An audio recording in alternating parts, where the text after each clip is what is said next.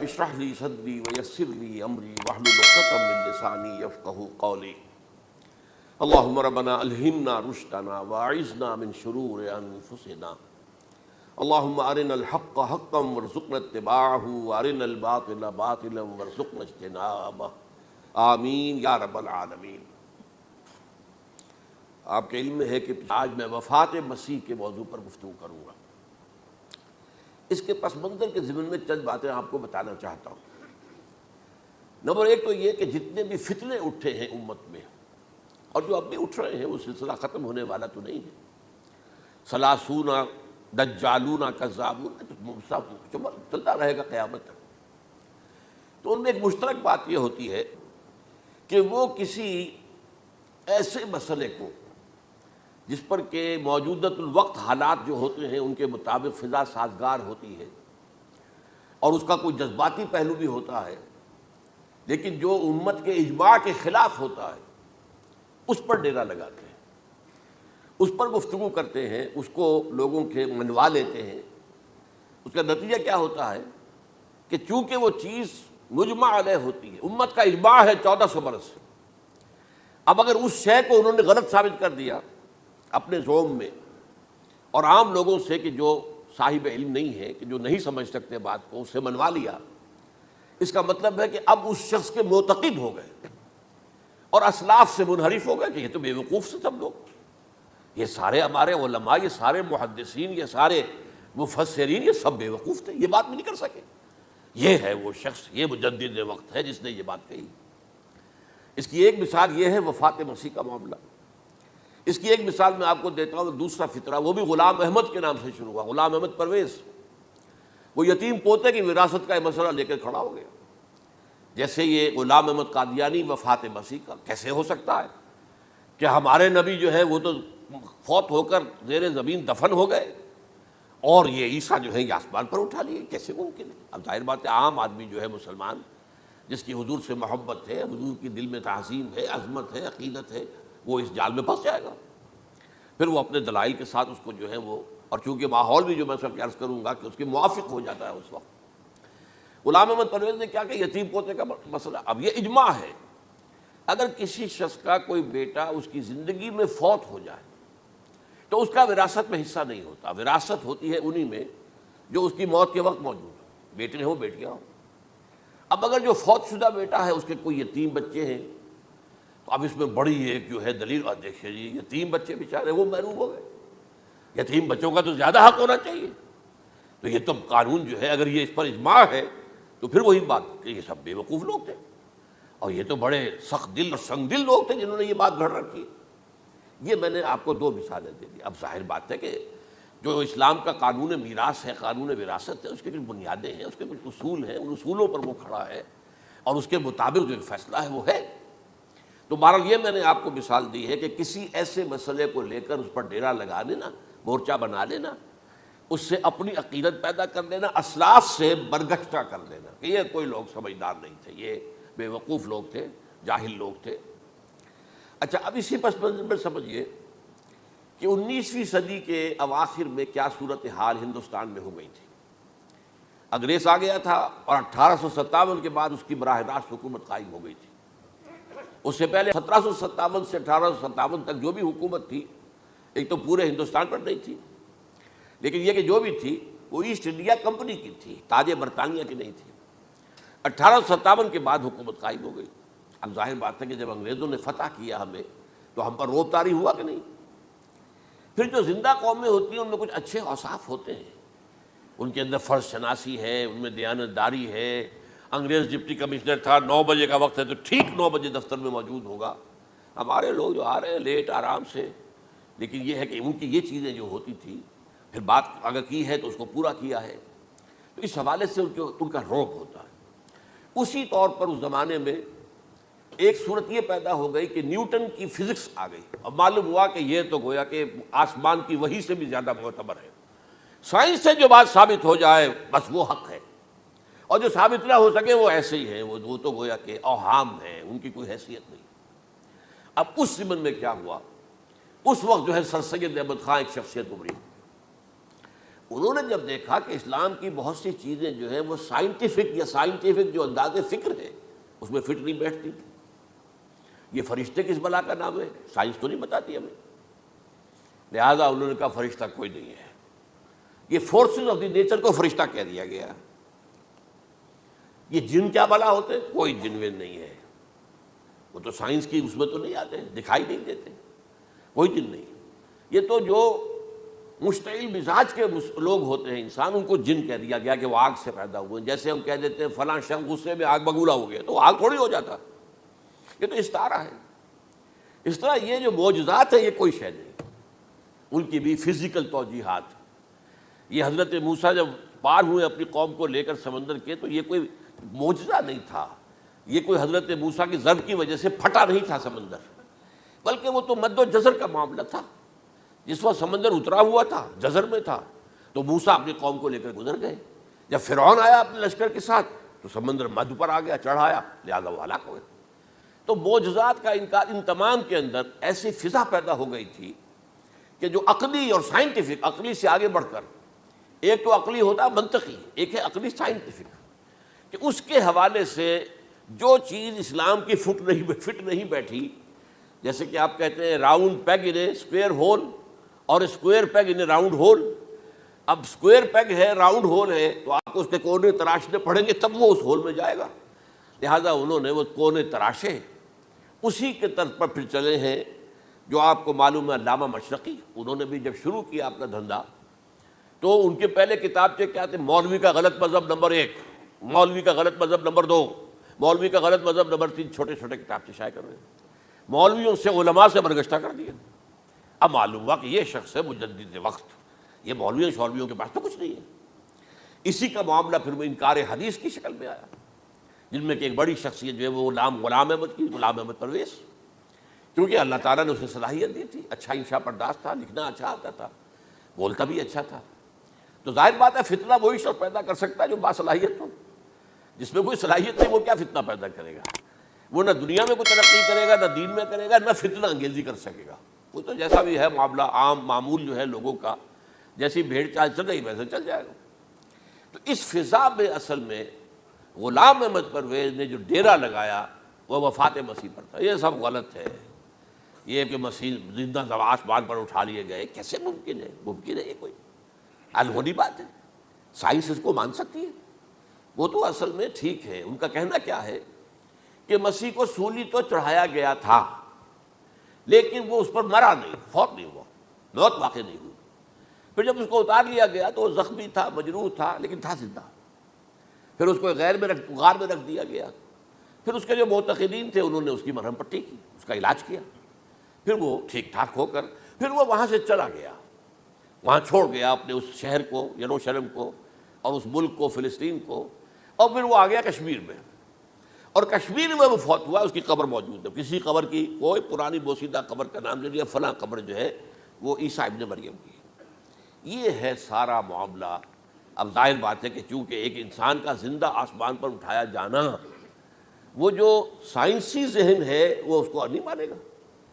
چاہے قرآن مجید کے اندر تو خرق عادت اور بھی بہت سے ہیں. آخر اصحاب کہف 300 برس تک سوتے نہیں رہے. یہ کوئی سائنس کے حساب کتاب سے صحیح ہے؟ یا یہ ہے کہ حضرت عزیر علیہ السلام 100 برس تک مردہ رہے پھر زندہ کر دیے گئے؟ ان کا گدھا بھی زندہ کر دیا گیا جیسا کہ سورہ بقرہ میں آیا، لیکن ان کا کھانا جو ہے وہ صحیح رہا، اس کو مسا نہیں، اس میں کوئی بدبو نہیں آئی. تو واقعات ہوتے ہیں ایسے. اللہ تعالیٰ جو چاہے کرے. خرق عادت ٹھیک ہے، فطری قانون جو بھی ہے، جو لاز آف دی نیچر اللہ نے بنائے ہیں اور اس کے مطابق ہی دنیا چل رہی ہے. لیکن اللہ تعالیٰ کے ہاتھ ٹوٹ نہیں گئے، بند نہیں ہو گئے، اختیار ختم نہیں ہو گیا. میں کیا کروں؟ میں تو قانون بنا بیٹھا، اب تو میں کچھ نہیں کر سکتا. میں تو قانون بنا چکا ہوں کہ آگ جلاتی ہے. اب اگر ابراہیم کو آگ میں ڈال دیا تو میں تو نہیں بچا سکتا، اس لیے کہ قانون ہے، وہ میرا بنایا ہوا قانون. لیکن ہم یہ سمجھتے ہیں، ہمارا ایمان ہے اللہ تعالیٰ جو ہے وہ قادر مطلق ہے. وہ جب چاہے اپنے ہی بنائے ہوئے کسی قانون کو توڑے. اسی کو کہتے ہیں خرق عادت. خرق کے معنی ہوتا ہے پھاڑ دینا، توڑ دینا. جیسے کہ وہ سورہ کہف میں لفظ آتا ہے کہ وہ حضرت موسیٰ کو جن کے پاس بھیجا گیا تھا، بزرگ کے پاس، انہوں نے اس کشتی کا جس میں وہ سوار تھے اس کا ایک تختہ پھاڑ دیا، توڑ دیا. خرقہ. تو خرق عادت، عادت سے مراد کہ عام عادی قانون laws, physical laws, chemical laws جو بھی دنیا میں چل رہا ہے، بایولوجیکل لاز، ان کو جب چاہے اللہ توڑے اور اپنی خصوصی مشیت کا اس کے اندر اظہار کر دے۔ اب اس سلسلے میں جو میں نے آیات آپ کو سنائی ہیں اور اسی طرح کی کچھ اور آیات بھی ہیں، ان میں قادیانی نے اور قادیانیوں نے اصل ڈیرا لگایا ہے لفظ وفات پر۔ اصل میں یہ لفظ کیا ہے جو لوگ عربی زبان سے واقف نہیں، ان کو بڑی آسانی، وفات وفات وفات، یہ تو آ گیا، توفیتو، توفیتا، متوفی کا، اے موسیٰ میں تمہیں وفات دے دوں گا، اے اللہ جب تو نے مجھے وفات دے دی، وفات تو قرآن میں ہے، پھر اس کے ہوتے ہوئے یہ مفسرین کو کیا ہو گیا، ان کا دماغ خراب ہو گیا تھا۔ یہ تمام محدثین جو ہیں اتنی عقل بھی نہیں تھی ان میں۔ تو یہ وہ بات جو میں پہلے بیان کر چکا ہوں۔ اب میں آپ کو بتاتا ہوں اصل میں عربی زبان کا قاعدہ۔ عربی زبان کے اندر ایک سے حرفی روٹ ہوتا ہے، اس سے الفاظ بنتے چلے جاتے، مختلف کھانوں میں پانی ہے، پانی کو آپ نے گلاس میں ڈال دیا کوئی اور شیپ ہو گئی، کپ میں ڈالا کوئی اور شیپ ہو گئی، اب تشت میں ڈالا کوئی اور شیپ ہو گئی، شیپ تو بدل جائے گی، ہے تو وہی کا وہی پانی۔ تو اسی طریقے سے مثلاً میں مثال دے رہا ہوں آپ کو، علم یعلم، علم، کسی شے کو جان لیا، عالم یعلم، اعلامن، کسی کو کچھ بتا دیا، علم خود جان لیا، اور عالم یعلم اعلامن، کسی کو کچھ بتا دینا، علم یعلم تعلیمن، کسی کو کوئی بات بڑی اچھی طرح ذہن نشین کرانا، بار بار دہرانا، سمجھا دینا، یہ تعلیم ہو گئی۔ تعلم یتعلم تعلمن، خود علم حاصل کرنا۔ اب علم یعلم سے عالم بنا، اور علم یعلم سے معلم بنا، اور تعلم یتعلم سے خود علم حاصل کرنا، اس سے متعلم بنا، متعلم جو کہ علم حاصل کر رہا ہے۔ اسی طرح استعلام، علم حاصل کرنا، کسی چیز کے بارے میں جسے ہندی میں کہتے جانکاری حاصل کر لینا، اویئرنیس حاصل کر لینا۔ اب وہی لفظ ہے علم۔ اب کہیں آپ اس کے مادے کو دکھا کر اور اس کے معنی میں الٹ پھیر کریں گے تو جو شخص عربی زبان سے واقف نہیں وہ تو نہیں جانے گا اس کو۔ اسی طرح کی مثال ہے وفا، وفا یفی، وقا یقی، وفا یفی، اوفا یوفی ایفاءن، وفا یوفی توفیتن، توفا یتوفا تعفن، اور استیفاء، یہ اسی طریقے سے میں نے مثال آپ کو دے دی۔ وفا یفی کے مادے سے اس مصدر سے کوئی لفظ قرآن میں نہیں آیا، لیکن اردو میں آپ کو معلوم ہے نا، بڑا پیارا مصرع ہے، وہ وعدہ ہی کیا جو وفا ہو گیا۔ بھائی وعدہ وفا کرو، وعدہ پورا کرو، اس کے معنی ہے پورا کر دینا، کسی کو کوئی چیز پوری دے دینا۔ اور اس کے بعد اوفا یوفی، اس کے معنی بھی وہی ہے، بھرپور۔ اس سے بنے گا اوفو بعہدی اوف بعہدکم، یہ جو سورہ بقرہ کے 5ویں رکوع میں آیا ہے، یہودیوں تم میرے عہد کو پورا کرو تو میں تمہارے عہد کو پورا کروں گا، تم میرے عہد کو پورا کرو، میں نے تم سے عہد لیا تھا کہ جو رسول نبی امی آئیں گے، نبی رسول امی، اس کو تمہیں ماننا ہے، اس کا ساتھ دینا ہے، اوفو بعہدی، اب اس عہد کو پورا کرو، اوف بعہدکم، تو میں تمہارے ساتھ برکات خیرات جیسی پہلے رہی ابھی باقی رکھوں گا۔ وفا یوفی، پورے اہتمام سے پورا کر دینا، کسی کو دے دینا چیز پورے اہتمام کے ساتھ، جیسے علم یعلم، پورے اہتمام کے ساتھ درجہ بدرجہ ایک بات ذہن نشین کرنا۔ یوفی، اس کا جیسے وابراہیم الذی وفا، ذرا اس ابراہیم کا تذکرہ کرو جس نے سارے تقاضے جو اللہ کے تھے پورے کر دیے، بھرپور، جو امتحان آیا اس میں وہ ثابت قدم نکلے۔ توفا یتوفا، یہ آیا کسی شے کو پورا پورا لے لینا۔ اب ایک ہے پورا پورا دے دینا، ایک ہے پورا پورا لے لینا، ایک ہے کسی کو علم دینا، علم یعلم تعلیما، کسی کو پورا دینا، وفا یوفی توفیتن، کسی سے علم حاصل کرنا، تعلم یتعلم تعلمن، کسی سے پورا پورا لے لینا ہے، توفا یتوفی، اور اسی طرح استیفاء، کسی سے پورا لے لینا۔ یہ لفظ آیا ہے ویل للمطففین الذین اذا اکتالوا علی الناس یستوفون واذا کالوہم ووزنوہم یخسرون۔ ہلاکت و بربادی ہے ان ڈنڈی مارنے والوں کے لیے جو جب تول کر لیتے ہیں تو پورا لیتے ہیں، اور جب دیتے ہیں تو اس میں کمی کر دیتے ہیں، ڈنڈی مار جاتے ہیں۔ الا یظن اولئک انہم مبعوثون، کیا انہیں یاد نہیں رہا ہے کہ یہ دوبارہ اٹھائے جائیں گے، اللہ کے سامنے کھڑے ہوں گے، حساب ہوگا پورا پورا، پیسے پیسے کا۔ تو یہ میں نے آپ کو اس گردان سے بتا دیا کہ ایک ہی لفظ جو ہے وہ کتنے معنی دے رہا ہے. مادہ ایک ہے. وفا یوفی پورا کر دینا، اوفا یوفی پورا کر دینا، لیکن توفا یتوفی پورا لے لینا، استیفاء پورا لینا. اذا کالوا علی الناس یستوفون واذا کالوہم ووزنوہم یخسرون. اب دیکھیے اس میں قرآن مجید جو ہے اس کے ضمن میں سب سے جو فیصلہ کن آیت ہے وہ سورہ زمر کی ہے. اور یہ جو میں نے پچھلی مرتبہ بھی آپ سے کہا تھا، لا یاتیہ الباطل من بین یدیہ ولا من خلفہ، قرآن پر باطل حملہ آور ہو ہی نہیں سکتا، نہ سامنے سے نہ پیچھے سے. اب دیکھیے یہ ساری آیتیں جن میں حضرت مسیح کا ذکر ہے اور وفات کا لفظ جو ہے مختلف صورتوں میں استعمال ہوا ہے، اس میں سورہ زمر جو کہ مکی صورت ہے اس میں ہے وہ کانٹے دار آیت جس سے مسئلہ حل ہوتا ہے. وہ کیا ہے؟ وہ میں نے آپ کو سنائی ہے. اللہ یتوفی الانفس حین موتہا، اللہ قبض کر لیتا ہے، لے لیتا ہے نفس کو اس کی موت کے وقت. واللتی لم تمت فی منامہا، اور جس کے مرنے کا وقت نہیں آیا، مرا نہیں ہے، اس کی نیند میں لے لیتا ہے. فیمسک التی قطع علیہ الموت، تو جس پر موت کا فیصلہ ہو چکا ہے اس کو تو روکے رکھا ہے، موت کے وقت لیا اور روکے رکھا. اور ویرسل اخرى الی اجل مسمى، اور جو دوسرے ہیں جن کی موت کا وقت نہیں آیا ان کو مؤخر کر دیتا ہے، واپس کر دیتا ہے، لوٹا دیتا ہے. سوال یہ، نیند میں کیا چیز اللہ لیتا ہے؟ کیا جان لیتا ہے؟ جائز بات نہیں. شعور میں چلا گیا. ایک ہے انسان کا شعور، وہی تو سب سے اعلیٰ شے ہے، سب سے اونچی چیز تو وہی ہے. یہ شعور ختم ہو گیا تو انسان کہاں رہا؟ اس کے نیچے جو کچھ ہے وہ تحت شعور ہے، سب کانشیس مائنڈ. تو خواب واب جو ہوتے ہیں وہ سب کانشیس مائنڈ کے ہوتے ہیں، وہ کانشیس مائنڈ کے تو نہیں ہوتے. جو کانشیسنس ہے، شعور جو ہے، اور خاص طور پر خود شعوری، وہ نیند میں اللہ سلب کر لیتا ہے. تو محض شعور کے لیے بھی وفات کا لفظ آ گیا. ابھی تو جان یہی ہے، جو سویا ہوا ہے وہ مرا تو نہیں ہے، زندہ ہے. البتہ جب جس کو ہم موت کہتے ہیں وقت آیا تو شعور بھی لے لیا، جان بھی لے لی، دو چیزیں لے لی.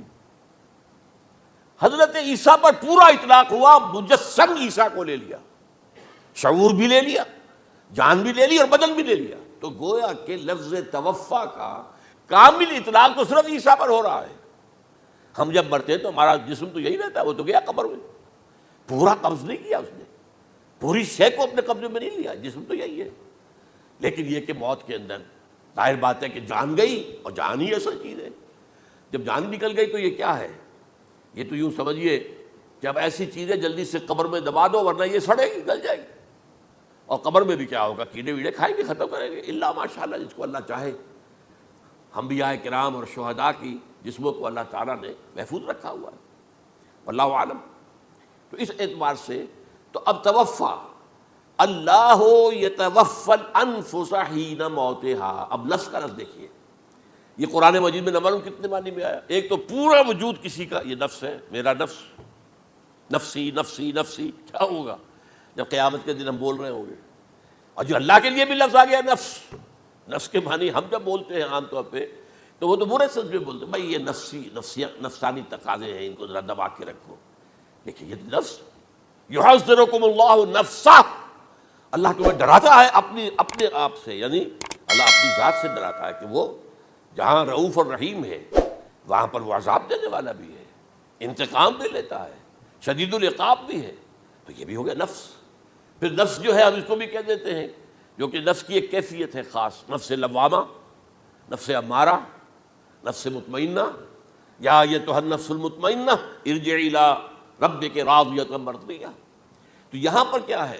نفس سے مراد پہلا جو ٹکڑا ہے اللہ یتوفی الانفس حین موتہا، شعور جو ہے اس پر لفظ نفس کا اطلاق ہوا. اور جب موت ہوتی ہے تو شعور کے ساتھ جان بھی اس کے اندر شامل، وہ نفس کا اطلاق ہو گیا اس پر بھی. اور اصل میں لفظ توفا جو ہے اس کا حقیقی مفہوم اگر پورا ہوا ہے اس معنی میں کہ پورا کا پورا لے لینا، تو وہ تو صرف حضرت مسیح علیہ السلام کے بارے میں ہے. شعور جمع جان جمع جسم، وہ سب کے سب اللہ تعالیٰ نے لے لی.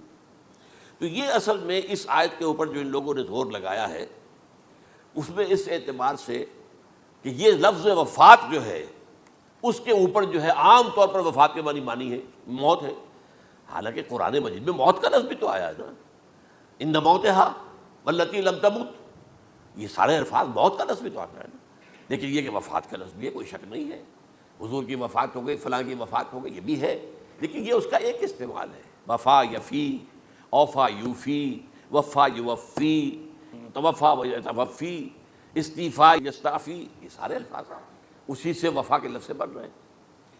اب یہ کہ اس کے ضمن میں عقلی بات آپ کے سامنے رکھنا چاہتا ہوں، یہ تو میں نے آپ کے سامنے اس لفظ کے حوالے سے، کیونکہ سارا ڈیرا اس لفظ پر ہے ان کا۔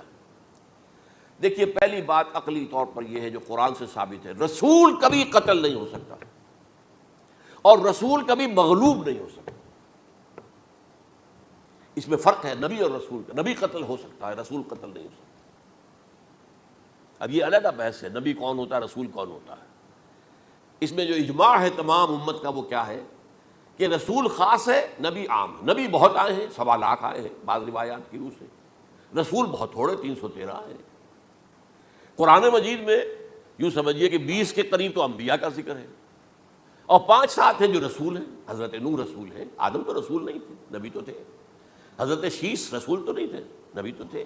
حضرت ادریس رسول تو نہیں تھے، نبی تو تھے۔ نبی تو رسول جو ہے پہلے وہ تو حضرت نوح ہے۔ تو اس طریقے حضرت جو ہود ہیں، پھر حضرت صالح ہے، اس حوالے سے نبی اور رسول کے فرق کو سمجھیے۔ تو قرآن کہتا ہے کتب اللہ لاغلبن انا ورسلی، اللہ نے طے کر دیا، لکھ دیا ہے میں اور میرے رسول غالب آ کر رہیں گے، رسول مغلوب نہیں ہو سکتا۔ نمبر 2، وَلَقَدْ سَبَقَتْ كَلِمَتُنَا لِعِبَادِنَا الْمُرْسَلِينَ أَنَّهُمْ هُمُ الْمَنْصُورُونَ وَأَنَّ جُنْدَنَا لَهُمُ الْغَالِبُونَ، یہ بات ہمارے طرف سے طے کی جا چکی ہے، پہلے سے طے ہو چکی ہے، پہلے سے معین قانون ہے اپنے ان رسولوں کے بارے میں جنہیں ہم نے بھیجا ہو، رسولوں کے، نبیوں کے بارے میں نہیں، کہ وہی منصور ہوں گے، ان کی مدد کی جائے گی لا محالہ، اور ہمارا جو لشکر ہوگا یعنی رسول کے ساتھ جو لوگ ہوں گے وہ اللہ کا لشکر ہے، وہ حزب اللہ ہے۔ وَأَنَّ جُنْدَنَا لَهُمُ الْغَالِبُونَ، لازماً وہ غالب ہو کر رہیں گے۔ یہ دو چیزیں جو ہے قرآن مجید کے اندر، یہ دو آیات نص سے قطعی ہیں کہ رسول کبھی مغلوب نہیں ہو سکتا، رسول کبھی قتل نہیں ہو سکتا۔ اب عجیب بات دیکھیے سورہ آل عمران میں، کیونکہ حضرت عیسیٰ کے ساتھ حضرت یحییٰ بھی موجود ہیں۔ حضرت یحییٰ حضرت مریم کے خالہ زاد بھائی تھے، حضرت زکریا کے بیٹے تھے۔ سورہ آل عمران اور سورہ مریم دونوں میں آپ دیکھتے ہیں کہ پہلے یحییٰ کا ذکر ہوتا ہے، پھر عیسیٰ کا ذکر ہوتا ہے۔ یہ ہم اشر بھی تھے، لیکن یہ کہ سینئر تھے حضرت یحییٰ، لیکن حضرت یحییٰ کی مدح قرآن کرتے کرتے آخری بات کیا کہتا ہے، نبیم من الصالحین، لفظ رسول نہیں آیا ان کے لیے۔ اور وہیں سائملٹینیس کنٹراسٹ ہے سورہ آل عمران میں حضرت عیسیٰ کے لیے، وہ سارے ان کی مدح رسولاً الی بنی اسرائیل، وہ رسول تھے اور وہ نبی تھے۔ نبی قتل ہو گئے، ایک آبرو باختہ لڑکی کی فرمائش پر قتل کر دیا، ایک ڈانسر، اس پر بادشاہ اس وقت جو تھا، وہ بادشاہ کیا تھا، وہ ایسے بادشاہ ہوتے تھے اس زمانے میں جیسے ہمارے ہاں بھاولپور کے جو ہے نواب ہے، بادشاہ تو انگریز تھا، حکومت اس کی تھی، لیکن ایک اٹانومی سی دے رکھی تھی۔ راجے جو ہے راجہ صاحب ہیں، مہاراجہ ہیں، یہ راجے مہاراجے اور نواب جو ہوتے تھے یہ ایک اٹانومی تھی، باقی یہ کہ اصل میں تو بادشاہ جو ہے تو انگریز کی تھی۔ تو اسی طرح کی ایک اٹانومی جو ہے حکومت وہاں اس وقت تھی اصل میں رومیوں کی، اس کا گورنر وہاں موجود تھا پائلیٹس پونٹس، لیکن یہ کہ انہوں نے یہودیوں کو ایک مذہبی اٹانومی دے رکھی تھی۔ چنانچہ ہیڈرن ان کا ادارہ تھا، دارالقضاء، جہاں چوٹی کے ان کے فقہاء اور لیڈر جو تھے، ربائی، وہ بیٹھتے تھے اور فیصلے کرتے تھے۔ کسی مذہبی معاملے میں جو فیصلہ وہ کر دیتے تھے یہ ان میں معاہدہ تھا، وہ فیصلہ جو ہے وہ پھر ایگزیکیوٹ کیا جائے گا، وہ فیصلہ آخری ہوگا ان کا، وہ خود تو سزا نہیں دے سکتے، سزا تو گورنر دے گا، لیکن یہ کہ اگر ہیڈرنگ جو ہے ان کا جو وہ ہے ادارہ ٹاپ کا، وہ اگر سزا دے دے، سلا دے، تو گورنر کو وہ سزا دینی پڑے گی، یہ ان کا طے تھا معاملہ۔ تو اس نے حضرت مسیح علیہ السلام کو مرتد قرار دیا، جو ہیڈرن ان کا سب سے اونچا ادارہ تھا۔ تو اس اعتبار سے ان کو جو ہے، لیکن جیسا کہ میں بتا رہا تھا کہ حضرت عیسیٰ رسول تھے، وہ قتل نہیں ہو سکتے تھے، مغلوب نہیں ہو سکتے تھے، لیکن حضرت یحییٰ نبی تھے، ان کو وہی جو اس وقت کا جو یہودیوں میں سے جو بادشاہ تھا نام کا، جو ہیروڈ اینٹیپاس، یوں سمجھیے کہ اس نے کچھ بہت حرام کاری کی ہوئی تھی، شاید اپنے بھائی کی کسی بیوہ کو، وہ مجھے ایگزیکٹلی یاد نہیں ہے، بغیر اس کے کہ وہ عدت مدت پوری ہو پھر نکاح ہو، اسے اپنے گھر میں ڈالا ہوا تھا، اور اس کی جو لڑکی تھی اس کے اوپر بھی عشق آ گیا تھا، آپ کو دل آ گیا تھا، شادی بھی کرنا چاہتا تھا اس سے، اور اس کا ڈانس تھا، اس پر کہا مانگو کیا مانگتی ہو. تو اس نے کہا، اس لیے کہ حضرت یحییٰ جو ہے تنقید کرتے تھے بہت کہ یہ تم کیا حرام کام کر رہے ہو، تم نے جس طریقے سے جس عورت کو گھر میں ڈالا ہوا ہے تم گناہ کر رہے ہو، تم شریعت کے خلاف کام کر رہے ہو. اس کو کہا تھا یو ڈاٹر آف سن، اس لڑکی کو کہا تھا تم جو کہ گناہ کی بیٹی ہو. اور وہ ناراض تھے، اور وہ ملکہ بھی جو تھی اس وقت کی، اور یہ اس کی بیٹی بھی بہت ناراض تھے. تو انہوں نے کہا، مجھے وعدہ لے لیا کہ دیکھو جو کہہ رہے ہیں، جو مانگوں گی مانگنا پڑے گا. ہاں مانگوں گا، مجھے یحییٰ کا سر چاہیے. ایک دفعہ تو وہ کانپ گیا، اسے اندیشہ تھا کہ اگر یحییٰ کو میں نے قتل کر دیا تو یہودیوں کے اندر ہو سکتا بغاوت ہو جائے. لیکن پھر اس نے پھر تانا دیا، تم کیسے بادشاہ ہو، اپنا وعدہ پورا نہیں کرتے. پھر انہوں نے کہا ٹھیک ہے، حکم دیا، اور وہ جیل میں تھے پہلے سے ہی، وہاں گیا اور جو ہے ان کا سر قلم کیا، لا کے پیش کر دیا. تو نبی جو ہے جن کی بڑی مدح ہوئی ہے سورہ مریم کے اندر جب آپ پڑھیں گے تو ان کی شان جو ہے، لیکن نبی تھے، صرف رسول نہیں تھے. اور حضرت عیسیٰ رسول تھے، رسول قتل نہیں ہو سکتا، نبی قتل ہو سکتا. تو یہ قاعدہ جو ہے وہ بھی قرآن نے اس سائملٹینیس کنٹراسٹ کے حوالے سے سورہ آل عمران میں حضرت یحییٰ اور حضرت عیسیٰ کا تقابل کر کے بتا دیا. تو ایک تو بات یہ ہے کہ اس اعتبار سے میں جو آپ کو آیت سنا چکا ہوں، یہ جو جرائم جو ہے سورہ نساء کے اندر یہودیوں کے اللہ تعالیٰ نے بیان کیے ہیں، ان میں سے یہ بھی ہے وَقَوْلُهُمْ إِنَّا قَتَلْنَا الْمَسِيحَ عِيسَى ابْنَ مریم. اور ان کا یہ کہنا کتنا بڑا جرم ہے جو یہ کہہ رہے ہیں ہم نے عیسیٰ ابن مریم کو قتل کر دیا. لیکن یہاں ایک عجیب کیفیت ہے، رسول اللہ کے رسول کو، عام طور پر اس کی کنسٹرکشن کو لوگ سمجھے نہیں ہیں. وہ سمجھتے شاید انہوں نے خود ہی کہا رسول اللہ، انہوں نے تو رسول اللہ کہتے تو قتل کیسے کرتے. یہ اللہ نے کہا، اچھا ان کا کہنا یہ ہے کہ اللہ کے رسول کو قتل کر دیا. وَقَوْلُهُمْ إِنَّا قَتَلْنَا الْمَسِيحَ عِيسَى ابْنَ مریم، رسول اللہ، ان کا یہ کہنا کہ ہم نے عیسیٰ ابن مریم کو، مسیح کو قتل کر دیا، وہ اللہ کے رسول کو. وَمَا قَتَلُوهُ وَمَا صَلَبُوهُ، انہوں نے نہ اسے قتل کیا نہ سولی پہ چڑھایا، وَلَٰكِن شُبِّهَ لَهُمْ، بس مشابہت پیدا کر دی گئی ان کے لیے، شبہ میں ڈال دیا گیا ان کو. وَإِنَّ الَّذِينَ اخْتَلَفُوا فِيهِ لَفِي شَكٍّ مِّنْهُ، اور جو لوگ اختلاف کر رہے ہیں ان کے بارے میں وہ بس شکوک میں مبتلا ہیں. مَا لَهُم بِهِ مِنْ عِلْمٍ، ان کے پاس کوئی علم نہیں ہے، إِلَّا اتِّبَاعَ الظَّنِّ، صرف گمان کی پیروی کر رہے ہیں. وَمَا قَتَلُوهُ يَقِينًا، اور ہرگز قتل نہیں کیا. یہ کلیئر سورہ نساء کی آیت نمبر 157. اب یہاں ایک سوال پیدا ہوتا ہے، پھر کون قتل ہوا؟ واقعہ تو ہوا ہے، سولی کا واقعہ ایک ہسٹوریکل واقعہ ہے. پھر کون صلیب پہ چڑھا؟ حضرت عیسیٰ تو صلیب پر نہیں چڑھ سکتے، اس لیے کہ صلیب کی موت کو سمجھا جاتا تھا بہت ذلت کی موت ہے، بہت حقارت کی موت ہے، بہت ملعون موت ہے. تو جب عیسیٰ مغلوب نہیں ہو سکتے تو صلیب پہ کیسے چڑھا دیے جائیں گے؟ قتل ہونا تو بعد میں ہوگا نا، پہلے تو آپ صلیب پر لٹکائیں گے اس کو نا، تب وہ جب مرے گا تو کہیں گے قتل بھی ہو گیا، ہم نے قتل کر دیا.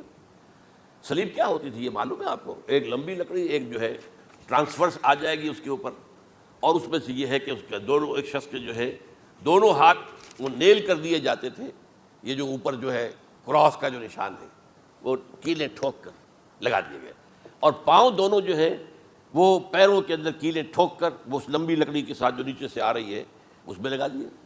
اب وہ بلیڈنگ ہو رہی ہے، اس کا جو حال ہے پتلا ہو رہا ہے، اس کا رفتہ رفتہ سسک کر مرتا ہے نا، اسی لیے اسے کہتے ہیں بڑی ملعون موت ہے. ایک ہے آپ نے پھانسی دی کسی کو، ایک جھولا جھولتا ہے اور گیا، ختم ہو گیا.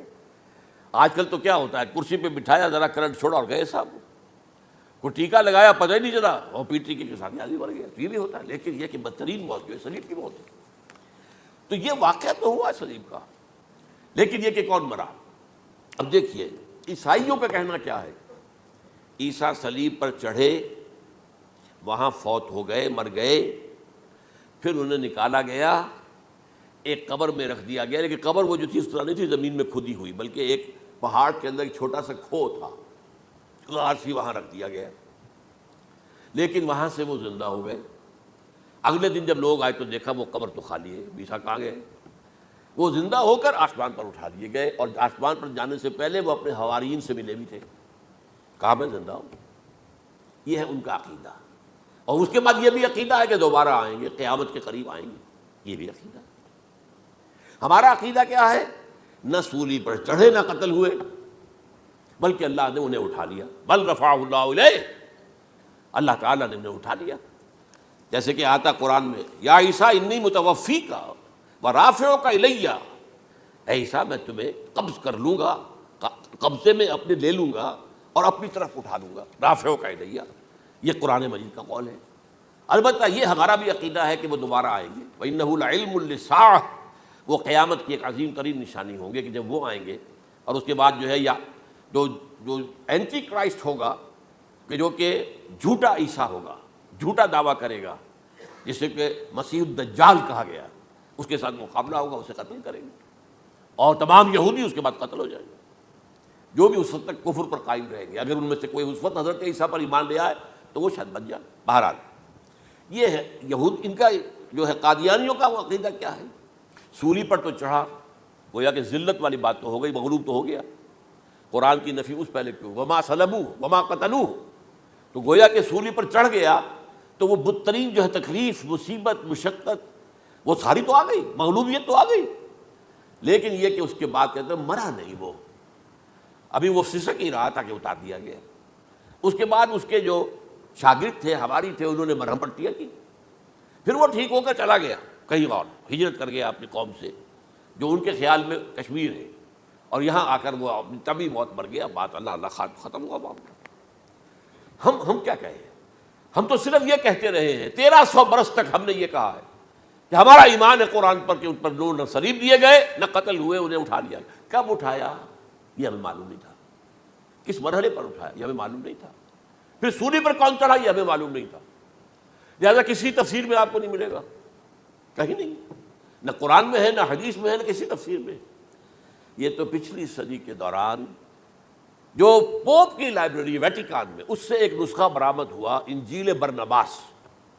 اب یہ بھی آپ کو معلوم ہونا چاہیے کہ انجیلیں 104 تھیں، جن میں سے 4 جو ہے سلیکٹ کی گئی ہیں، 100 انجیلیں اور ہیں جنہیں وہ اپوکریفل کہتے ہیں، غیر مستند انجیلیں، اپوکریفل، اور یہ ہے کینونیکل، قانونی، یہ ہے کہ جو مستند ہیں 4، لیکن جو 100 اور ہیں ان میں سے ایک یہ بھی ہے برنباس، اور برنباس کے بارے میں عیسائی مانتے ہیں کہ وہ بھی حضرت عیسیٰ علیہ السلام کے حوارین میں سے ایک تھے، وہ انجیل نکل آئی، اب وہ چھپ بھی گئی ہے۔ کراچی میں ایک ادارہ ہے خاص طور پر، باوانی جو سیٹ ہیں ان کا بنایا ہوا ادارہ ہے، تو وہی چھاپتے بھی ہیں، ایک زمانے میں تو کافی تقسیم بھی کر رہے تھے، اب مجھے معلوم نہیں۔ اس نے سارا قصہ بیان کیا۔ قصہ کیا ہے؟ بہت دلچسپ قصہ ہے، پوری تفصیل سے۔ ایک شخص جو کہ حضرت مسیح کے حواریین میں شامل ہو گیا، وہ تھا جیوڈاس اسکریوٹ۔ یہ شخص اصل میں تھا ایک زیر زمین تنظیم وہاں چل رہی تھی، زیلوٹس، انڈر گراؤنڈ موومنٹ، تاکہ ہم رومنوں کی حکومت یہاں سے ختم کریں اور اپنی پوری حکومت اور آزادی حاصل کریں۔ ان میں سے یہ بھی تھا، ان کا سرگرم تھا برابس، برابا ڈاکو سے کہا جاتا ہے، برابس۔ ظاہر بات ہے کہ قانون شکن تھا تو ڈاکو ہی تھا۔ اچھا، ان میں سے یہ شخص جو ہے، اس نے جیوڈاس نے حضرت عیسیٰ کے معجزے دیکھے بہت، اور اتنا یقین ہو گیا اسے کہ یہ شخص جو ہے عیسیٰ، یہ ایک مرتبہ اگر رومیوں پر لعنت بھیج دے، کرس کر دے، تو رومی ختم ہو جائے۔ لیکن ان سے کئی دفعہ جو ہے پھیر ڈال کر، ہیر پھیر کے ساتھ کوشش کی گئی کہ رومیوں کے خلاف وہ کوئی جو ہے وہ لعنت ملامت کر دے، وہ نہیں کرتے تھے۔ یہ ایک علیحدہ بات ہے، کیوں نہیں کرتے تھے، یہ اس وقت میرا موضوع نہیں ہے۔ منہاج عیسوی کیا تھا، منہاج موسوی کیا تھا، منہاج محمدی کیا تھا، ان میں فرق ہے۔ لِكُلٍّ جَعَلْنَا مِنْكُمْ شِرْعَةً وَمِنْهَاجًا، سورہ مائدہ میں آیا، تمام رسولوں کے لیے ہم نے ایک ایک منہاج، ایک ایک شریعت علیحدہ علیحدہ دی ہے۔ 12 منہاج عیسوی کچھ اور تھا، تو یہ نہیں کہتے تھے۔ اب اس نے کیا کیا کہ وہ اپنے ڈاکو سرغنے سے اجازت لے کر ان کے حواریین میں شامل ہو گیا، اعتماد حاصل کیا، اور بار بار کوشش کی کہ یہ بددعا دے دیں، رومیوں کو نہیں دی۔ اب اس نے سوچا کہ انہیں اگر ذاتی طور پر تکلیف پہنچے گی تو زبان سے کلمہ نکل ہی جائے گا نا، کوئی لعنت کا۔ اس نے پکڑوایا حضرت عیسیٰ کو، کیونکہ جب یہ فیصلہ ہو گیا تھا ان کے قتل کا، ہیڈرن جو ہے ادارہ وہ دے چکا تھا، اس کا فتویٰ تھا یہ واجب القتل ہے، یہ مرتد ہے، لہذا اس کو قتل کر دیا جائے، اور یہ فیصلہ جو ہے وہ رومی گورنر تک پہنچایا جا چکا تھا۔ رومی گورنر نے یہاں تک کہا، یہ سینٹ جو متی کی انجیل ہے اس میں موجود ہے، بھائی ہمارے پاس تو اس کا کوئی جرم نہیں ہے، ہمارے ہاں کوئی ایسی بات اس کی نہیں ہے جس سے کہ ہم اسے واجب القتل قرار دیں۔ ان کا نہیں، ہمارا حکم ہے، ہمارا فیصلہ تمہارا طے ہے، چاہے مذہبی معاملے میں کوئی فیصلہ ہمارا ہوگا تو تمہیں جو ایگزیکیوٹ کرنا ہوگا۔ بہرحال اس وقت حضرت مسیح روپوش ہو گئے گرفتاری سے بچنے کے لیے، ایک باغ میں تھے وہ، وہاں پر رات کے وقت انہوں نے اپنے حواریین کے ساتھ لاسٹ سپر کہتے ہیں اس کو، لاسٹ سپر کھانا کھایا، آخری کھانا تھا، اور اس کے بعد اس نے فرمایا آج کی رات تم میں سے ایک میرے خلاف غداری کرے گا۔ یہ کہہ کر حضرت مسیح تو ایک کوٹھڑی میں چلے گئے، جو ہوتی ہے باغ کے اندر، کوئی کھرپے ورپے جو ہے، کوئی وہاں پہ کسیاں رکھی ہوئی، تو اس میں خود جا کر عبادت میں مصروف ہو گئے، اپنے حواریین سے کہا کہ تم بھی عبادت کرو۔ وہ حواریین سو گئے۔ اب یہ اسکریوٹ جو ہے یہ اٹھا، یہ گیا رومیوں سے جا کر کہا میں پہنچا دیتا ہوں عیسیٰ تک، پکڑوا دیتا ہوں، آؤ میرے ساتھ۔ 30 ان کے آدمی آئے، وہ اس سے کہا باغ کے باہر کھڑے رہو تم، میں اندر جاؤں گا تھوڑی دیر کے بعد، تم آنا، جسے میں کہوں اے میرے استاد، پکڑ لینا اسی کو۔ یعنی رومنس کو معلوم نہیں تھا کہ یہ کون ہے عیسیٰ، لیکن یہ کہ یہ تو یہودیوں کو معلوم تھا نا سب کچھ۔ ہوا کیا کہ وہ جب اندر آیا ہے اور کوٹھڑی میں داخل ہوا، اسی وقت اس کی شکل بدل دی گئی حضرت مسیح کی، شبہ لہم، مشابہ پیدا کر دی گئی، شبیہ بدل دی گئی، اور چھت پھٹی، 4 فرشتے اترے اور حضرت مسیح کو لے کر آسمان پر چلے گئے۔ تو باہر آیا وہ، تو جیسے ہی وہ یہ باہر آیا، وہ باقی ہماری جان گئے، اے ہمارے استاد، اسی وقت جو ہے وہ رومی داخل ہو گئے، تو پکڑ لیا۔ تو اصل میں گرفتار ہوا ہے برنباس کی انجیل کے مطابق یوڈاس اسکریوٹ، وہ سولی چڑھا ہے، لعنتی موت اس پر آئی۔ کیوں آئی ہے؟ غداری کی اس نے، بٹرے کیا حضرت مسیح علیہ السلام کو، تو وہ تو مستحق تھا، کوئی ظلم نہیں تھا۔ اگر عیسیٰ کی جگہ کسی اور کو دے دیا جاتا ایسے کسی کو پکڑ کر، تو وہ تو ظلم ہو جاتا نا، اس کا تو کوئی جرم نہیں تھا، تو یہ تو واقعی مجرم تھا۔ وہ سولی چڑھا ہے اور حضرت عیسیٰ کو اٹھا لیا۔ یہ ہے وہ ساری تفصیل جو کہ انجیل برنباس کے اندر موجود ہے، the gospel of our Lord according to saint Barnabas, یہ اس کا نام ہے، ایونجیلیم برنابے، یہ جو ہے یونانی زبان میں اس کا نام ہے یا لیٹن میں۔ بہرحال یہ ہے معاملہ۔ تو پہلی بات تو یہ ہے کہ عقلی طور پر رسول نہ مغلوب ہو سکتا ہے نہ قتل ہو سکتا ہے، ہمارا عقیدہ ہے، ماں صلبوہ و ماں قتلوہ۔ لیکن یہ کہ اگر یہودی، اگر جو قادیانی مانتے ہیں سولی چڑھ گئے تو صلیب تو ہو گئی، قرآن کی نفی تو ہو گئی، ہاں مرا نہیں، یہ دوسری بات ہے۔ دوسری بات یہ ہے کہ رسولوں کے باب میں اللہ کا قانون کیا ہے۔ اگر کسی قوم کی طرف رسول کو بھیجا اور اس قوم نے بحیثیت مجموعی انکار کر دیا، رد کر دیا، ریجیکٹ کر دیا، پوری قوم ہلاک، اور رسول اور اس کے جو چند ساتھی ایمان لے آتے تھے وہ وہاں سے ہجرت کر کے چلے جاتے تھے۔ لیکن ہجرت کر کے جاتے تھے تو اس کے بعد کسی اور مقام پر کریں گے اہل نظر تازہ بستیاں آباد، پھر وہاں پر ایک قوم انہوں نے جو ہے اپنا مرکز بنایا، ایک نئی امت کھڑی ہو گئی۔ اس کی سب سے بڑی مثال کیا ہے؟ قوم عاد ختم ہوئی حضرت ہود علیہ السلام کو ریجیکٹ کرنے کے باعث، ہلاک کر دی گئی۔ حضرت ہود علیہ السلام اپنے ساتھیوں کو لے کر، یہ قوم عاد تھی عرب کا جزیرہ نما، عرب کے جنوبی علاقے کے اندر، جو اب صحرا ہے، بہت بدترین صحرا ہے، الربع الخالی جسے کہتے ہیں، خالی ہے، وہاں کوئی زندگی کے آثار ہے ہی نہیں، نہ کوئی پتیاں ہیں، نہ کوئی گھاس ہے، نہ کوئی انسان ہے، نہ کوئی حیوان، کچھ نہیں۔ الربع الخالی بدترین صحرا ہے۔ وہ صحرا ایسا ہے کہ اس کے اندر کوئی چیز ٹکتی نہیں ہے، جو چیز اوپر ہوگی وہ دھستی چلی جائے گی، اندر چلی جائے گی۔ ورنہ عام صحرا کے اندر ریت کے اوپر اونٹ بھی چلتا ہے، انسان بھی چلتے ہیں، لیکن اس میں نہیں۔ تو یہاں پر قوم عاد جو ہے آباد تھی، اور اب جو ہے وہ سیٹلائٹ سے دیکھ لیا گیا ہے کہ قوم عاد کا جو بڑا بادشاہ تھا شداد، اس نے جو جنت بنائی تھی وہ موجود ہے، زیر زمین اسی صحرا کے نیچے دفن شدہ موجود ہے، جس کو کہا گیا ہے الم تر کیف فعل ربک بعاد ارم ذات العماد التی لم یخلق مثلها فی البلاد۔ ایسے ایسے ستونوں والا جیسے پہلے دنیا میں بنے ہی نہیں تھے۔ وہ قوم عاد تھی، بڑی زبردست قوم تھی، قوم جبارین، لیکن یہ کہ اس کے بعد ہلاک ہو گئی۔ اب حضرت ہود اپنے مسلمان ساتھیوں کو لے کر نکل گئے جزیرہ نما عرب کے مغربی کونے میں جا کر، شمال مغربی کونے میں آباد ہو گئے۔ وہاں ایک نئی قوم پیدا ہوئی، سمود۔ اب یہ اسلامی بستی بن گئی۔ لیکن اس کے اندر بھی پھر بعد میں زوال آیا، پھر وہاں نبی بھی آئے، لیکن اس کے بعد یہ کہ آخری رسول بھیجے گئے حضرت صالح، اور وہ بھی ہلاک ہوئے کیونکہ حضرت صالح کو انہوں نے رد کر دیا۔ تو یہ میں نے مثال دی ہے آپ کو کہ رسول جو ہے وہ وہاں سے اگر ہجرت کرتا ہے تو ہجرت کر کے وہ یہ نہیں جان بچا کے جا کے گمنامی میں کہیں مر گیا، وہ تو جا کر اپنے ساتھیوں کو لے کر جائے گا اور جا کر جو ہے وہاں پر جو ہے ایک نئی جگہ پر آباد ہوگا، ایک نئی تہذیب ابھرے گی۔ تو یہ تو نہیں ہوا، یہ گمنام ہو کر آ کر کشمیر میں مر گیا تو اس کی کیا حیثیت ہوئی؟ حضرت عیسیٰ علیہ السلام یا تو اگر ہجرت کرتے، یا جب انہیں معلوم ہو گیا تھا کہ میرے قتل کا فتویٰ ہو گیا ہے تو آپ وہاں سے ہجرت کر سکتے تھے، لیکن اپنے ساتھیوں کو تو لے کر جاتے نا، اپنے حواریین کو لے کر جاتے، اور کہتے ہیں 12 حواریین کے علاوہ اور بھی کوئی 70 کے قریب لوگ تھے جو ان پر ایمان لائے تھے، ان کو لے کر جاتے، کسی جگہ جا کر آباد ہوتے، وہاں ایک نئی جو ہے بستی بنتی، وہاں مسلمانوں کی ایک آبادی ہوتی۔ تو ان میں سے تو کوئی شے بھی نہیں ہوئی، بات ہی ختم ہو گئی۔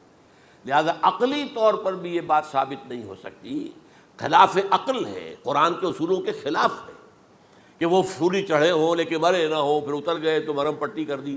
اچھا کیا رومنوں کو اور یہودیوں کو پتہ نہیں چلا کہ مریم پٹی ہو رہی ہے اس کی اور عیسیٰ مرا نہیں ہے؟ اگر مجھے پتہ چل جاتا تو کیا وہ چھوڑ دیتے؟ اور مرہم پٹی کے بغیر تو 12 جو شخص سولی پر لٹکا رہا ہے وہ تو تقریباً مردہ ہی ہوتا ہے نا۔ وہ چلیے ہو سکتا ہے کہ کوئی ایسا امکان ہو کہ اس کی نبض ابھی چل رہی ہو اور وہ اتار لیا جائے اور مرہم پٹی کر لی جائے تو بچ جائے، لیکن یہ کہ پھر اس کے بعد وہ اگر وہاں سے ہجرت کرتے تو وہاں سے وہ اپنے حواریین کو لے کر جاتے اور کسی نئی جگہ پر جا کر آباد ہوتے۔ ان دونوں اعتبارات سے یہ بات ناقابل قبول ہے، ناقابل یقین ہے۔ لیکن اسی مسئلے کو لے کر انہوں نے، جو جیسا کہ میں نے بتایا تھا، وفات ہو گئی، کیسے ہو سکتا ہے ہمارے نبی جو سید المرسلین ہے وہ تو زیر زمین دفن ہو گئے اور یہ جو آسمان پر اٹھا لیے گئے، یہ کیسے ہو سکتا؟ بس اس کے اوپر عام لوگ جو ہیں وہ متاثر ہوئے، اور خاص طور پر وہ سائنٹیفک مائنڈ جو بن گیا تھا، تو چونکہ سائنس کے اس خاکے کے اندر وہ بات فٹ نہیں بیٹھتی، لہذا ان لوگوں نے اس کو قبول کیا۔ اب یہ کہ یہ جو واحد استثناء ہوا ہے یہ کسی اور کے ساتھ نہیں ہوا۔ ویسے حضرت مسیح کی پوری شخصیت مستثنیٰ ہے، بن باپ کے تو کوئی اور رسول پیدا ہوا ہی نہیں، نہ نبی پیدا ہوا۔ پھر وہ معجزے جو حضرت مسیح کو ملے کسی نبی کو نہیں ملے۔ حضرت صالح کو ایک ہی معجزہ ملا تھا نا ایسا کہ لوگوں نے کہا کہ تم یہ اس چٹان میں سے ابھی ایک گابن اونٹنی برآمد کر کے دکھا دو، وہ دکھا دی گئی، پھر ہلاک کر دیے گئے۔ لیکن جو اور معجزے حضرت مسیح کو دکھائے ہیں وہ بچپن میں بولے ہیں، گود میں تھے یا پگوڑے میں تھے، بولے ہیں انی عبداللہ آتانی الکتاب و جعلنی نبیا۔ یہ بات نہ ہوتی تو حضرت مریم کے کیا حشر کرتی قوم کہ تمہاری بغیر شادی کے یہ کہاں سے لے آئی ہو تم، یہ تو ولد الزنا ہے۔ پھر تو یہ سارا معاملہ جو ہے حضرت عیسیٰ بولے ہیں وہاں پہ، خود وہ بچہ بولا ہے۔ اب اس کے بعد بولنے کی لوگوں کے اندر کیا گنجائش تھی؟ زندہ کو مردہ کر دینا، ثم بإذن اللہ، مردہ زندہ ہو گیا۔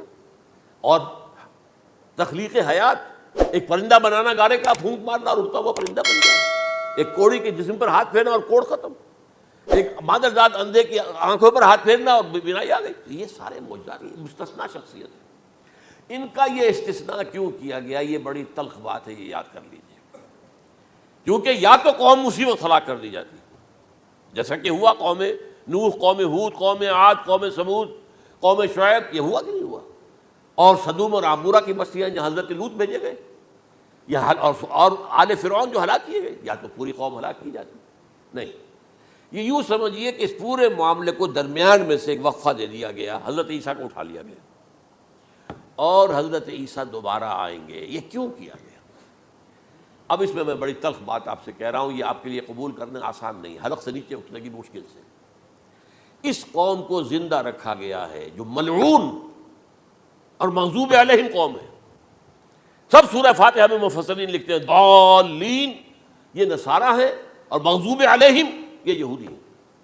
اور قرآن کہتا ہے لعن الذین کفروا من الکتاب علی لسان داؤد عیسی ابن مریم، لعنت کی گئی ایک ملعون اور مغضوب قوم کے ہاتھوں۔ آخری امت محمد اور اس کا بھی بہترین حصہ، اس پر عذاب ان کے ہاتھوں آئے گا، عربوں پر عذاب یہودیوں کے ہاتھوں، اس لیے ان کو بچایا گیا۔ یہ میں نے کئی دفعہ واقعہ سنایا، مولانا اصلاحی صاحب بتایا کرتے تھے، کیونکہ وہ راجپوت تھے، یو پی کے راجپوت مشرقی حصے کے، کہ ہمارے ہاں کوئی نوجوان اگر کوئی بڑی گری ہوئی حرکت کرتا تھا تو اس کے سر پر چمار کے ذریعے، چمار کے ہاتھوں جوتا لگایا جاتا تھا۔ اگر راجپوت کے سر پر راجپوت کا جوتا گرا تو چلو تکلیف تو ہوئی، لیکن یہ کہ راجپوت ہی کا جوتا گرا ہے نا، پڑا ہے. لیکن راجپوت کے سر پر چمار کا جوتا، جس کو آپ انگریزی میں کہتے ہیں to add insult to injury, وہ تکلیف بھی ہے جوتا کھانے کی اور انسلٹ ہے کہ ایک چمار مار رہا ہے.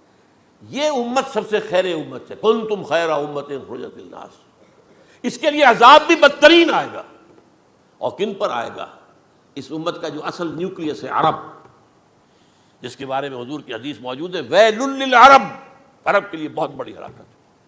اور آج ہماری نظر میں آ رہا ہے وہ ملعون اور مغضوب علیہم قوم، ان کے سینے کے اندر خنجر کی طرح بھونکی گئی ہے، اور 30 کروڑ کے قریب عرب بے حمیتی، بے غیرتی، بزدلی، کمزوری، ذلت، مسکرت کی مثال بنے ہوئے. کوئی بول سکتا ہے اس اسرائیل کے خلاف؟ کو بول سکتا ہے؟ 30-35 لاکھ آدمی ہے اسرائیل کے اندر یہودی، اس سے زیادہ تو امریکہ میں 50 لاکھ کے قریب، کل 1.25 کروڑ آدمی ہے یہ یہودی پوری دنیا کے اندر. لیکن دیکھیے جو چاہتا کرتا ہے. جب چاہا اس نے عراق کے ایٹمک انسٹالیشن کو تباہ کر دیا، اور سعودی عرب کی فضا میں اس کو فیول کیا ہے انہوں نے، دوبارہ ریفیولنگ جو ہوئی ہے ان کے جہازوں کی، وہ سعودی عرب کی فضا میں ہوئی. یہ صورت جو ہے عربوں کے اوپر، اور اب جو آنا ہے آرمگیدان، کیونکہ پوری عیسائی دنیا یہودیوں کے قبضے میں ہے، اور یہ رومی ایک حدیث کی روح سے 80 علم لے کر حملہ آور ہوں گے تم پر، اور یہ ہوگا مڈل ایسٹ میں. آپ کو معلوم ہے پوری دنیا میں کہا جا رہا ہے 3rd ورلڈ وار جو ہونے والی ہے وہ مڈل ایسٹ میں ہوگی. اور میں ٹائنبی کا قول آپ کو سنا چکا ہوں، 1950 کا قول ہے اس کا. یہ اس وقت تک تو سوال ہی پیدا نہیں ہوتا تھا. سارا تصادم جو ہو رہا تھا وہ ایک طرف روسی اور اس کے ساتھی تھے، روس اور اس کے ساتھی، دوسری طرف یہ مغربی یورپ اور امریکہ تھا. کوئی مسلمانوں اور عیسائیوں کی کسی جنگ کا تو کوئی امکان نظر ہی نہیں آتا تھا. لیکن ٹائنبی نے کہا ہے، جو سب سے بڑا فلاسفر آف ہسٹری ہے 20ویں صدی کا، کہ اب جو جنگ ہوگی بڑی، جو اس نیکسٹ سینچری کی، 21 سینچری کی، وہ در حقیقت کمیونزم کے درمیان اور کیپٹلزم کے درمیان نہیں ہوگی، بلکہ عیسائیوں اور مسلمانوں کے درمیان ہوگی. یہ میں اس کا حوالہ بھی پورا آپ کو دے چکا ہوں، صحیح کہاں یہ بات کہی. تو یہ ہے، یہ بات جان لیجیے. اور مڈل ایسٹ میں ہوگی، گریٹر اسرائیل بنے گا. حدیث میں خبریں یہ سارے مسلمان ممالک تمہارے ہاتھ سے نکل جائیں گے مسلمانوں، یہ عراق اور اردن اور یہ اور وہ، یہاں تک کہ ترکی، سعودی عرب کا بھی شمالی حصہ نکل جائے گا. البتہ مدینے کا جو ان کا پروگرام ہے اس کو اللہ نہیں پورا ہونے دے گا، مدینے میں داخلے کی ان کو اجازت نہیں ملے گی. بہرحال یہ سارا کچھ ہونے والا ہے. وہ وقت بھی آنے والا ہے کہ حضور کی ایک حدیث کے مطابق ایک شخص کے 1000 بیٹے ہوں گے تو 999 ختم ہو جائے گی، ایک بچے گا. یہ وقت بھی آنے والا ہے کہ حضور فرماتے ہیں اتنی بڑی جنگ ہوگی، اتنی خوریزی ہوگی کہ پوری زمین اٹھ جائے گی لاشوں سے. تو پرندہ جو ہے کوئی، ایک تو پرندے ہوتے ہیں کہ جو مردار خور ہے، گدھ ہے، وہ تو بڑی خوشی سے اتریں گے، تناول فرمائیں گے لاشوں کو. اسی طریقے سے کوے ہیں، چیلے ہیں. لیکن جو نفاست پسند پرندے ہیں وہ لاش کے اوپر اترنا نہیں چاہتے. تو ایک پرندہ اٹھتا چلا جائے گا، اسے کہیں زمین پر اترنے کی جگہ نہیں ملے گی، لاشیں ہی لاشیں ہوں گی، یہاں تک کہ وہ تھک ہار کر اس کے جو ہے پر جواب دے جائیں گے، گرے گا تو لاش پر گرے گا. یہ وقت آنے والا، اور یہ یہودیوں کے ہاتھوں، یا یہودیوں کے جو سپورٹرز ہیں اس وقت، جو ان کے ہاتھ میں اعلی کار، ان کے ہاتھوں آنا ہے. میرے نزدیک اس کام کے لیے اس ملعون قوم کو، کہ جو حضرت عیسیٰ کے زمانے سے ملعون ہو چکی ہے، اس کو باقی رکھا گیا ہے. اسے یہ موقع دیا گیا ہے. اس نے اسرائیل بنا لیا ہے. تقریباً 2000 سال کے بعد وہ دوبارہ آ کر آباد ہوئے اس سرزمین میں جہاں سے نکال دیے گئے تھے 70 عیسوی کے اندر. یہ سارا کچھ کیوں ہو رہا ہے؟ تو در حقیقت میرے نزدیک واللہ عالم حکمت خداوندی اس میں یہ ہے، انہیں روک کر رکھا گیا ہے اور حضرت عیسیٰ کو اٹھا لیا. پھر وہی عیسیٰ آئیں گے اور انہی کے ہاتھ میں یہ ہلاک ہوں گے. سوائے اس کے، چونکہ جو ایک میں نے آپ کو کئی دفعہ حوالہ دیا ہے، فلاڈلفیا ٹرمپٹ ایک رسالہ نکلتا ہے پروٹیسٹنٹ عیسائیوں کا. انہوں نے یہ لکھا ہے، اس نے لکھا ہے ایک پرچے کے اندر کہ جب حضرت مسیح آئے گی، اینٹی کرائسٹ ہوگا. وہ لکھا اس نے کہ وہ یہودی ہوگا، حالانکہ وہ پرو یہودی ہے. وہ جتنے بھی یہ جو کرسچن زائنسٹ ہیں، یہ تو یہودیوں سے بڑھ کر زائنسٹ ہیں، ان کے بڑے سپورٹرز ہیں. تو لیکن اس نے لکھا ہے اینٹی کرائسٹ ول بی اے جیو. ابھی کچھ عرصے پہلے آپ کو یاد ہوگا نوسٹریڈیمس کا بڑا چرچا ہو گیا تھا، اس کی جو ہے وہ پیشن گوئیاں، اور یہ کہ مسلمان ہوگا اینٹی کرائسٹ، اور صدام کے بارے میں اشارے کیے جا رہے تھے کہ وہ اینٹی کرائسٹ ہوگا وغیرہ وغیرہ. لیکن انہوں نے لکھا ہے کہ وہ اینٹی کرائسٹ یہودی ہوگا، اور اس نے لکھا 80% یہودی قتل ہو جائے گا. یہ میں نے ایک تعویل کی ہے اپنے ذہن میں کہ 20% شاید وہ ہوں جو حضرت عیسیٰ کی جو سیکنڈ کمنگ ہے آمد ثانی کے موقع پر ان پر ایمان لے آئیں اور وہ بچ جائیں۔ لیکن جو بھی حضرت عیسیٰ کا انکاری ہوگا وہ ختم کر دیا جائے گا، جیسے قوم نوح ختم ہوئی، قوم ہود ختم ہوئی، قوم عاد ختم ہوئی، قوم صالح ختم ہوئی، اسی طریقے سے تو یہ قانون خداوندی پورا ہونا ہے۔ بس ایسے ہی ہے جیسے کسی کو پھانسی کا حکم تو ہو گیا ہو لیکن ابھی ایگزیکیوشن نہ ہوئی ہو، ہوتا ہے 2 سال 3 سال گزر جاتے کہ پھانسی کا حکم ہے لیکن یہ کہ وہ پھانسی نہیں ہو رہی، وہ اپیل و در اپیل معاملہ چل رہا ہے۔ یہ ہے میرے نزدیک واللہ اعلم